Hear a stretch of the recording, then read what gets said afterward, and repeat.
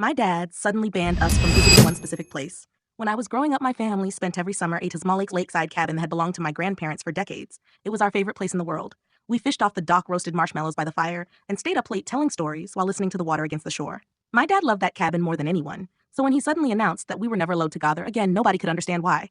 At first, we thought that was joking, but he was completely serious. He sold the fishing boat, boarded up the cabin windows, and refused to answer any questions. Whenever Webb brought it up, he became angry and changed the subject. My mom seemed uncomfortable too, but she never explained anything.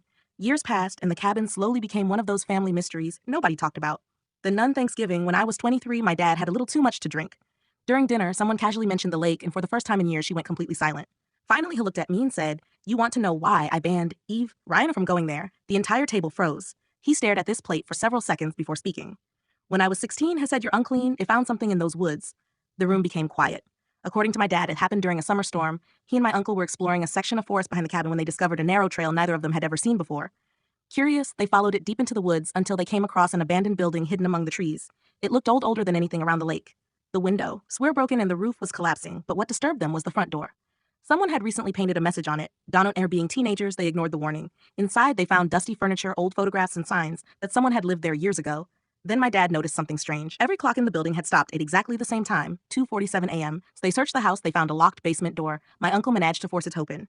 The stairs led into darkness. At the bottom was a small room containing dozens of photographs pinned to the walls. Pictures of people from around the lake, families, tourists, children, even my grandparents. Some photos appeared decades old.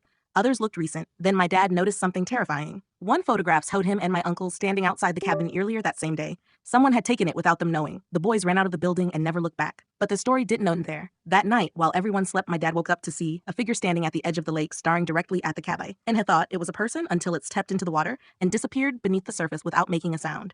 The next morning had told my grandfather everything. To his surprise, my grandfather was not shocked. Instead, he became pale, then admitted he already knew about the building. For generations, locals had avoided that part of the forest. Strange disappearances, unexplained sightings, and stories passed down for decades had made people stay away. My grandfather ordered the boys never to return, and they obeyed until years later, after my grandfather. Artie, my uncle, decided he wanted answers. One weekend here, turned to the building alone, and never found it. The trail was gone. The house had vanished. It was as if it never existed, but from that day forward, strange things began happening to him. Late-night phone calls with nobody speaking. Footsteps outside his home. Photographs appearing in places they should not have been. The stress consumed him. Eventually, he moved across the country and refused to discuss what happened.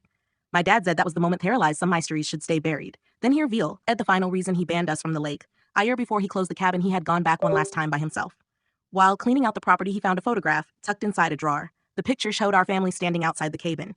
The problem was that the photograph had been taken 3 weeks before we arrived for vacation. None of us had been there yet. My dad burned the photograph, packed his belongings, and never returned.